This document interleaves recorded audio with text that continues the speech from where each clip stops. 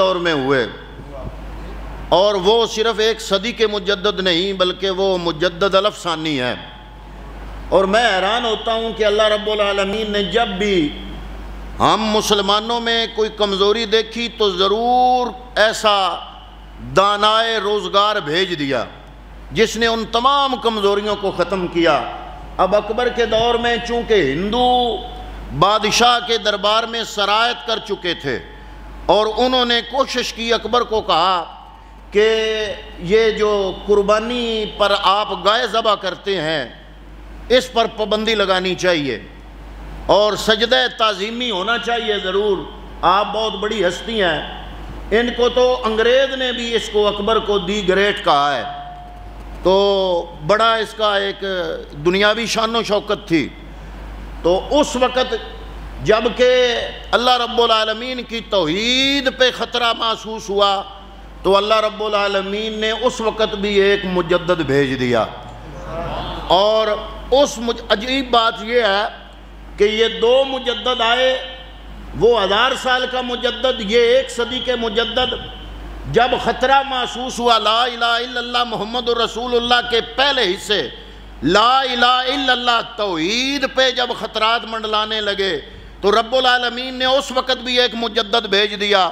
اور جب انگریز کی چال بازی سے کہ یہ مسلمان ویسے قابو نہیں آتا، اس کو قابو کرنے کے لیے اس کے اندر سے عشق مصطفیٰ مٹا دو، کہ یہ فاقہ کش جو موت سے ڈرتا نہیں کبھی، روح محمد اس کے بدن سے نکال دو، اس وقت لوگوں نے کوشش کی محمد الرسول اللہ کلمے کے آخری حصے پر حملہ کرنے کے لیے۔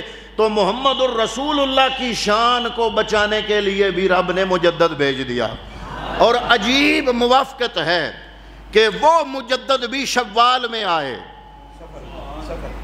نہ شوال میں، یہ مجدد بھی شوال میں آئے، اور وہ مجدد بھی سفر میں وفات ہوئی ان کی، اور اس مجدد کی بھی سفر میں وفات ہوئی۔ اور وہ مجدد 1000 صدی کے مجدد وہ لا الہ الا اللہ، یہ جو کلمہ طیبہ ہم پڑھتے ہیں 2 حصوں پر مبنی ہے، ایک توحید ہے ایک رسالت ہے۔ جب توحید پہ خطرات منڈلانے لگے، لا الہ الا اللہ کو محفوظ کرنے کے لیے اللہ رب العالمین نے اس مجدد کو بھیجا۔ ان کی ولادت بھی شوال میں، ان کی ولادت بھی شوال میں۔ لا الہ الا اللہ پر جب خطرات منڈلائے وہ مجدد تشریف لائے، اور جب محمد الرسول اللہ کے امتیازات پر حملے کرنے کی لوگوں نے کوشش کی تو اس وقت یہ مجدد تشریف لائے، وہ بھی شوال میں، یہ بھی شوال میں، وہ ان کی وفات بھی سفر میں، ان کی وفات بھی سفر میں۔ اور حضرات محترم، ان کا نام بھی احمد، ان کا نام بھی احمد۔ وہ شیخ احمد سرہندی حضرت مجدد الافسانی، وہ بھی احمد نام رکھنے والے، یہ بھی احمد نام رکھنے والے۔ حضرات محترم، انہوں نے بھی اس وقت کا جو ظالم بادشاہ تھا اس کے خلاف ٹکر لی، اور اعلیٰ حضرت جس زمانے میں آئے اس زمانے میں تو ہر گستاخ مصطفیٰ، ہر گستاخ رسول اکبری کا مزاج رکھتا تھا، اور اکبر کا مزاج رکھنے والا، اپنے آپ کو بڑا کچھ سمجھنے والا، اس زمانے میں ایک ہی درسگاہ تھی، کیونکہ بریلی شریف کے مدرسے سے پہلے دیوبند کا مدرسہ تھا۔ ان کو اپنے علم پہ بھی گھمنڈ تھا، اپنے مدرسے پہ بھی گھمنڈ تھا، اپنے علماء پہ بھی گھمنڈ تھا، لیکن حضرات محترم ان کے گھمنڈ کا پردہ چاک کرنے کے لیے اللہ رب العالمین نے ایک عاشق مصطفیٰ کو بریلی کے اندر بھیج دیا۔ اور حضرات محترم، یہ وہ ہستی ہے جو کہ علمی خانوادے کے اندر آپ پیدا ہوئے۔ ویسے آپ کا نام محمد تھا، جو پیدائشی نام ہے وہ محمد ہے، لیکن دادا نے بڑے پیار سے آپ کو احمد رضا بلایا، تو دادے کے پیار کا یہ صلہ ملا کہ آپ کو جو دادا پیار سے کہتا تھا دنیا اسی نام سے جاننے اور پہچاننے لگی۔ حضرات محترم، حضرت امام احمد رضا خان بریلوی رحمت اللہ تعالی علیہ، آپ کی عمر مبارک 13 سال 10 مہینے 4 دن 13 سال 10 مہینے 4 دن کی عمر مبارک میں مروجہ تمام علوم کو آپ نے حاصل کر لیا، اور مسند افتاء پہ بیٹھ کے آپ نے پہلا فتویٰ جاری فرمایا۔ یہ آپ کی ابھی لڑکپن کی عمر ہے۔ اور جس طرح قبلہ صاحبزادہ صاحب بیان فرما رہے تھے، انہوں نے بڑی خوبصورتی کے ساتھ شاہ احمد رضا خان بریلوی رحمت اللہ تعالیٰ علیہ، آپ کی ذات، آپ کے علم، آپ کی ثقافت، آپ کے عشق، ان تمام چیزوں کو بڑی خوبصورتی سے انہوں نے بیان کیا۔ جیسے وہ فرما رہے تھے کہ رب العالمین نے حافظہ کمال کا عطا فرمایا تھا۔ ایک کتاب جب دیکھتے تھے حضرات محترم، پھر دوسری مرتبہ دیکھنے کی ضرورت نہیں ہوتی تھی، بلکہ کئی دفعہ علماء نے بڑا حیران ہونا۔ آپ کی محفل میں ایک دن کافی علماء بیٹھے ہیں، ایک عالم دین نے سوال کیا، آپ نے فرمایا یہ تمہارے اس سوال کا جواب فلاں کتاب کے فلاں صفحے، فلاں کتاب کی فلاں جلد کے فلاں صفحے کے فلاں سطر پر موجود ہے۔ فوراً دوسرے عالم نے سوال کیا، آپ نے فرمایا تمہارے اس سوال کا جواب فلاں کتاب کی فلاں جلد کے فلاں صفحے کی فلاں سطر پہ موجود ہے۔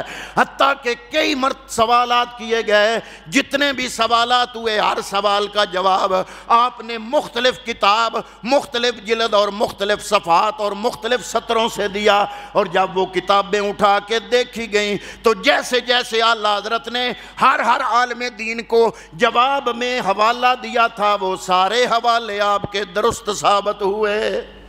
یہ تھا آپ کی یاداشت، جو اللہ رب العالمین نے آپ کی یاداشت کو دیکھ کر یہ پتہ چلتا ہے کہ اللہ رب العالمین نے اعلیٰ حضرت کو کسی خاص مقصد کے لیے مبعوث فرمایا، بھیجا تھا اس دنیا میں۔ آپ کی ولادت ہوئی تھی کیوں؟ اس لیے کہ یہ خاص ہی مقصد تھا، جب مصطفیٰ کریم صلی اللہ تعالیٰ علیہ وآلہ وسلم کی ناموس اور حضور کی عزت کلمہ پڑھنے والے علماء کے ہاتھ ہوئی، اس پر حملے ہو رہے تھے، تو ان کا مقابلہ کرنے کے لیے ایک ایسی ہستی کوئی بھیجنا چاہیے تھا جس کے اندر رب العالمین نے صلاحیتیں عطا فرمائی ہوں، اور یہ تمام صلاحیتیں گویا کہ رب العالمین کی عطا ہے۔ حضرات محترم، آپ کو ایک خط موصول ہوا، وہ خط جب آپ کے پاس آیا تو اس پہ ایڈریس کے طور پر پتہ لکھا ہوا تھا کہ مولوی حافظ۔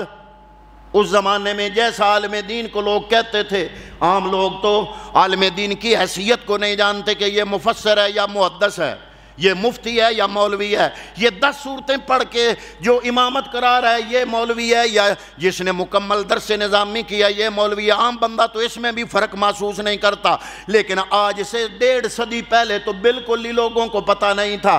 تو جب خط آیا آپ کے پاس تو خط پہ لکھا تھا مولوی حافظ احمد رضا، یہ ایڈریس لکھا ہوا تھا۔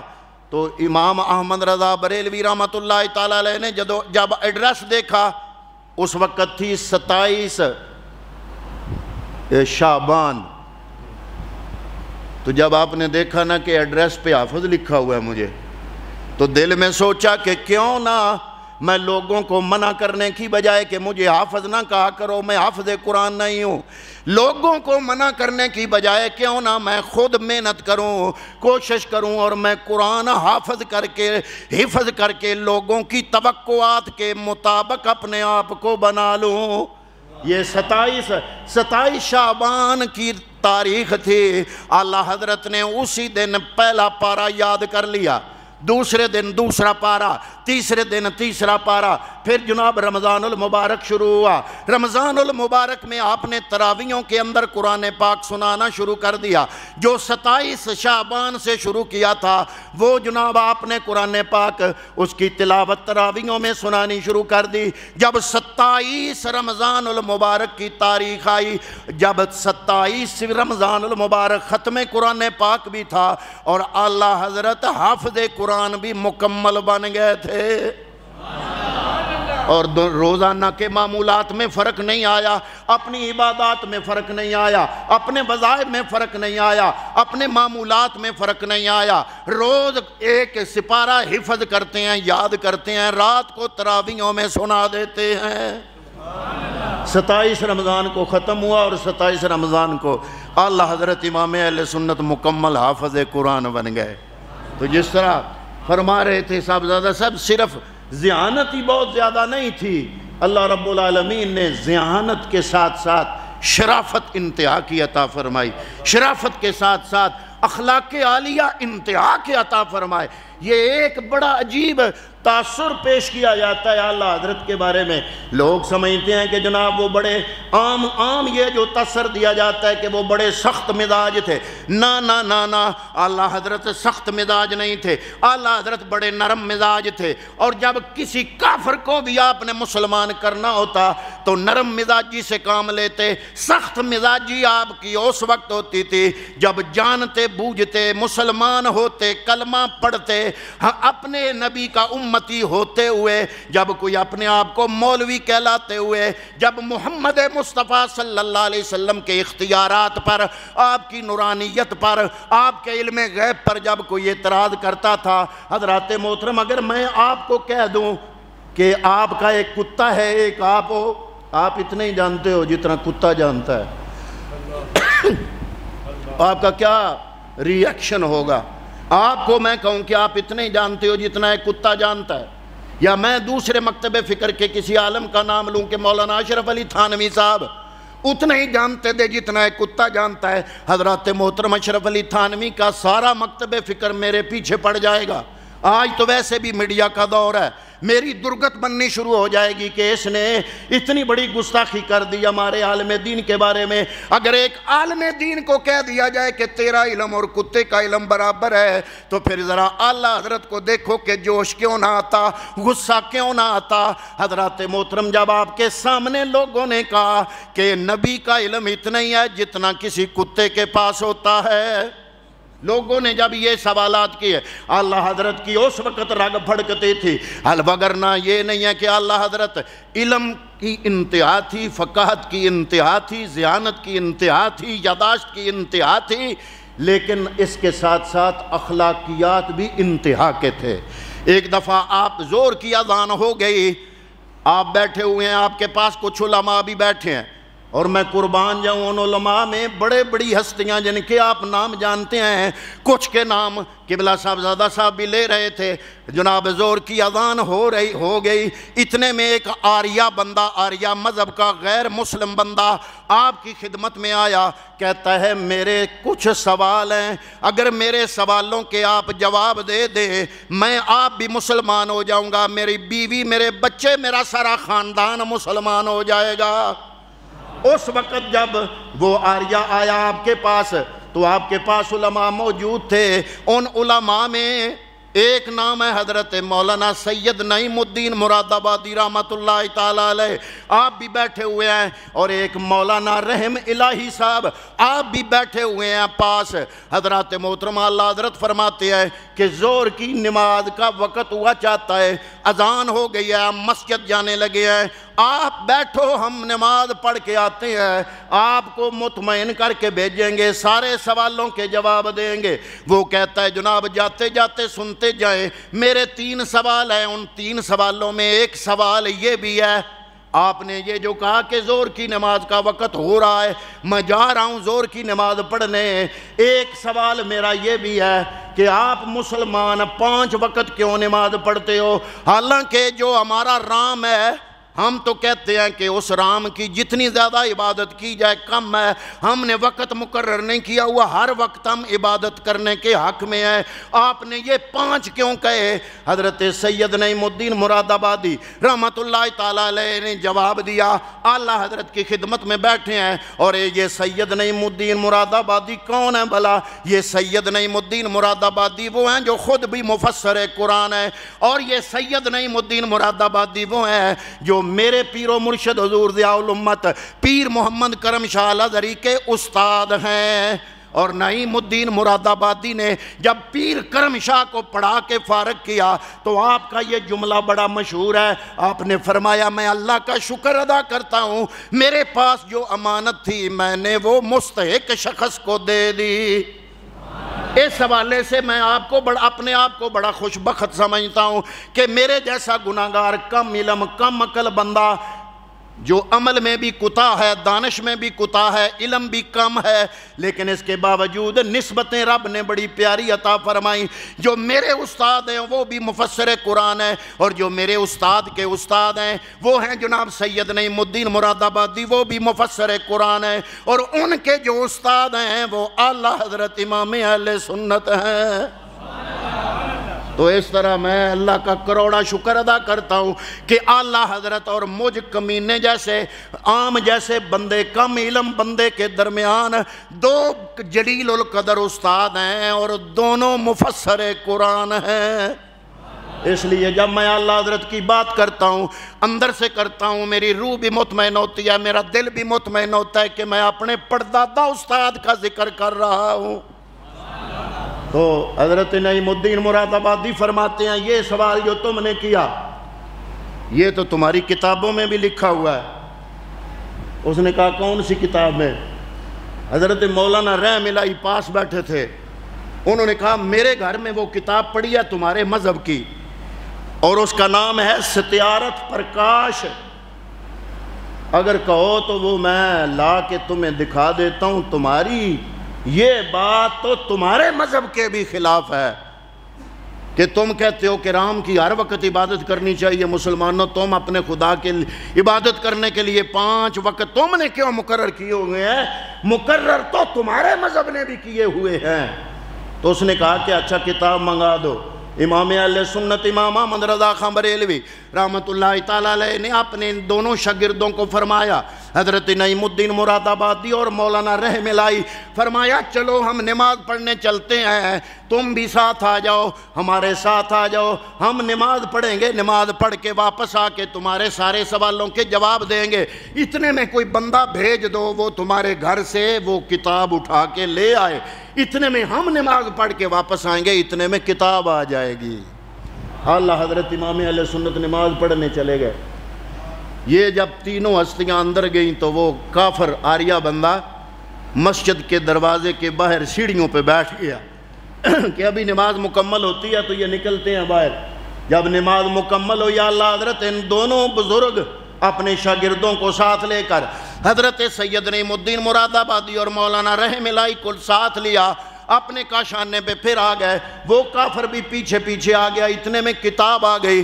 حضرات محترم جب کتاب آئی تو انہوں نے کتاب کھولی، کتاب کھول کے اس کا 3 باب نکالا، کتاب کا نام ستیارت پرکاش، 3 باب تعلیم، 3 باب تعلیم کی 15ویں ہیڈنگ وہ پڑھی کہ اگنی ہوتر صبح شام کرنی چاہیے۔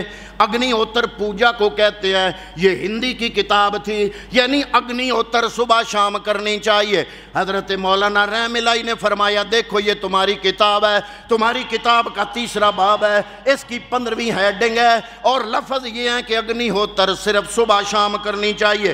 اس کے بعد آگے 4 باب ہے خانہ داری جس کی ہیڈنگ ہے 63 اور اس میں لکھا ہے کہ سندھیا کہتے ہیں ہندی کے اندر صبح شام کی عبادت کو، وہاں پر لکھا ہے کہ سندھیا یعنی صبح شام کی جو عبادت ہے یہ صرف 2 ہی وقت میں کرنی چاہیے۔ اعلیٰ حضرت نے فرمایا ہاں بھئی میرے شاگردوں کے حوالوں سے تم مطمئن ہوئے یا نہیں؟ کہتا ہے جناب اس سوال پر تو میں مطمئن ہو گیا، میرے 2 سوال اور بھی ہیں، اس کا بھی ہم مجھے جواب دیں۔ آپ نے فرمایا بیان کرو کیا سوال ہے؟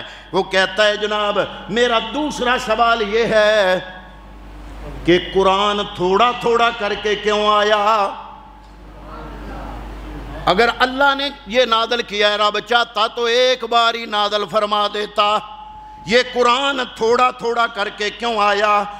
اللہ حضرت امام اہل سنت نے بڑے پیار سے بڑی محبت کے ساتھ، میں بات کر رہا تھا کہ درستی اس وقت ہوتی تھی جب مسلمان ہوتے ہوئے نبی کا کلمہ پڑھتے ہوئے جب کوئی پیغمبر کی گستاخی کرتا تھا تو اعلیٰ حضرت کا لہجہ تلخ ہو جاتا تھا، لیکن اگر کوئی سمجھنے کے لیے آتا تھا، بلکہ آپ نے تو حضرت سید نعیم الدین مراد آبادی کو اس وقت دارالعلوم دیوبند کے اندر بھیجا اور فرمایا کہ ان کو کہو کہ تمہاری اور ہماری فقہ بھی ایک ہے، تم بھی تصوف کو مانتے ہو، ہم بھی تصوف کو مانتے ہیں، بلکہ حوالے بھی دیے کہ تم فلاں فلاں مزار پہ حاضری بھی دیتے ہو، لیکن یہ جو چھوٹے موٹے مسائل ہیں ہم اہل سنت والجماعت تقسیم نہ ہو جائیں، ایسا کرو کہ میں تمہیں موقع دیتا ہوں کہ یا تم میرے پاس آ جاؤ، میں تم اگر آؤ گے تمہارا کرایہ بھی ادا کروں گا،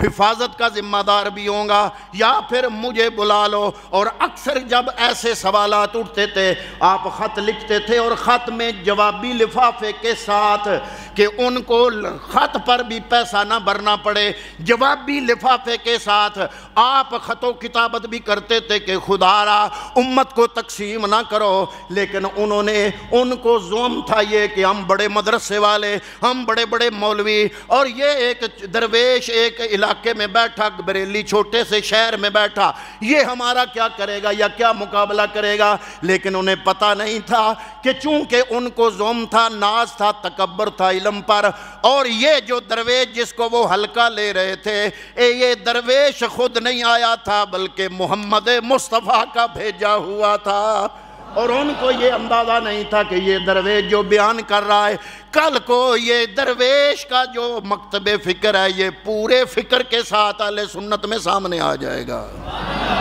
اور نعرہ تکبیر، نعرہ رسالت، نعرہ تحقیق، نعرہ حیدری۔ تو اللہ حضرت نے بڑے پیار سے جواب دیا۔ اللہ حضرت نے فرمایا ضرورت کے وقت کسی چیز کی دستیابی ہو تو اس کی قدر میں اضافہ ہو جاتا ہے، اس لیے رب نے سارا قرآن اکٹھا نازل نہیں فرمایا، بلکہ ضرورت کے وقت بتدریج اللہ رب العالمین نے جوں جوں ضرورت محسوس فرمائی قرآن اس کے مطابق نازل فرمایا۔ یہ مختصر جواب دے کے اللہ حضرت نے پھر مثال دی۔ آپ نے فرمایا کہ خدا تو اس چیز پر بھی قادر ہے کہ خدا شروع میں ہی بوڑھا بندہ بھیج دے، خدا اس پر قادر ہے، لیکن رب نے شروع میں بوڑھا بندہ نہیں بھیجا، پہلے بچہ بھیجا، بچہ پھر لڑکا بنتا ہے، لڑکا پھر جوان ہوتا ہے، جوان پھر بوڑھا بنتا ہے۔ آپ نے دوسری مثال دی، آپ نے فرمایا جب تم زمین میں جا کے فصل بوتے ہو، بیج پھینک دیتے ہو اپنے کھیتوں میں، رب تو اس پر بھی قادر ہے کہ ان بیجوں سے ہی ڈھیر سارا غلہ اسی وقت پیدا کر دے، لیکن نہیں ہوتا۔ پہلے کومپل نکلتی ہے، پھر وہ تنا بنتا ہے، پھر وہ جناب پودا بنتا ہے، پھر اس پہ بالی لگتی ہے، پھر سٹا لگتا ہے، پھر وہ پکتا ہے، پھر دانے بنتے ہیں۔ رب تو اس چیز پر بھی قادر ہے، وہ ہاتھ جوڑ کے کہتا ہے آپ نے میرا دل ہلکا کر دیا۔ میرا تیسرا سوال ہے، اس کا بھی جواب ارشاد فرمائیں۔ تیسرا سوال آپ نے فرمایا بتاؤ تیسرا سوال کیا ہے؟ کہتا ہے تم کہتے ہو کہ تمہارے نبی محمد صلی اللہ علیہ وسلم اللہ کے محبوب ہے، اور اللہ نے ان کو معراج کرانے کے لیے اپنے پاس بلا لیا۔ میرا سوال یہ ہے کہ اگر تمہارے نبی محمد صلی اللہ علیہ وسلم واقعی اللہ کے محبوب ہیں تو اللہ نے جب ان کو اپنے پاس بلایا، تو جب بلا لیا تو پھر اللہ نے ان کو واپس کیوں بھیجا؟ جب بلا لیا، اگر محبوب تھے تو پاس رکھتا، واپس کیوں بھیجا؟ اللہ حضرت نے بڑے پیار سے جواب دیا، کوئی درست لہجہ نہیں ہے، بڑے پیار سے جواب دیا۔ آپ نے فرمایا اس لیے کہ جب کوئی بادشاہ اپنے ملک میں اپنا کوئی نائب بناتا ہے، وہ نائب جب جاتا ہے بادشاہ کا نائب بن کے، ایلچی بن کے، اس کا ڈپٹی بن کے، اس کا نائب بن کے، وہ اپنی ذمہ داریاں سنبھالتا ہے، کام اچھے کرتا ہے۔ جب اچھے کام سر انجام دیتا ہے، بادشاہ اس پہ خوش ہوتا ہے، اس کو دوبارہ اپنے دربار میں بلاتا ہے، تو دوبارہ بلا کے اس کو معطل کر کے اپنے پاس ہی نہیں بٹھا لیتا، بلکہ اس کو خوش ہو کے انعام دیتا ہے، خلت فخرہ دیتا ہے، اچھا لباس دیتا ہے، تاج دیتا ہے، اور دے کے کہتا ہے جاؤ پھر اپنے علاقے میں اسی طرح جا کے کام کرو۔ اللہ حضرت نے پیار سے سمجھایا۔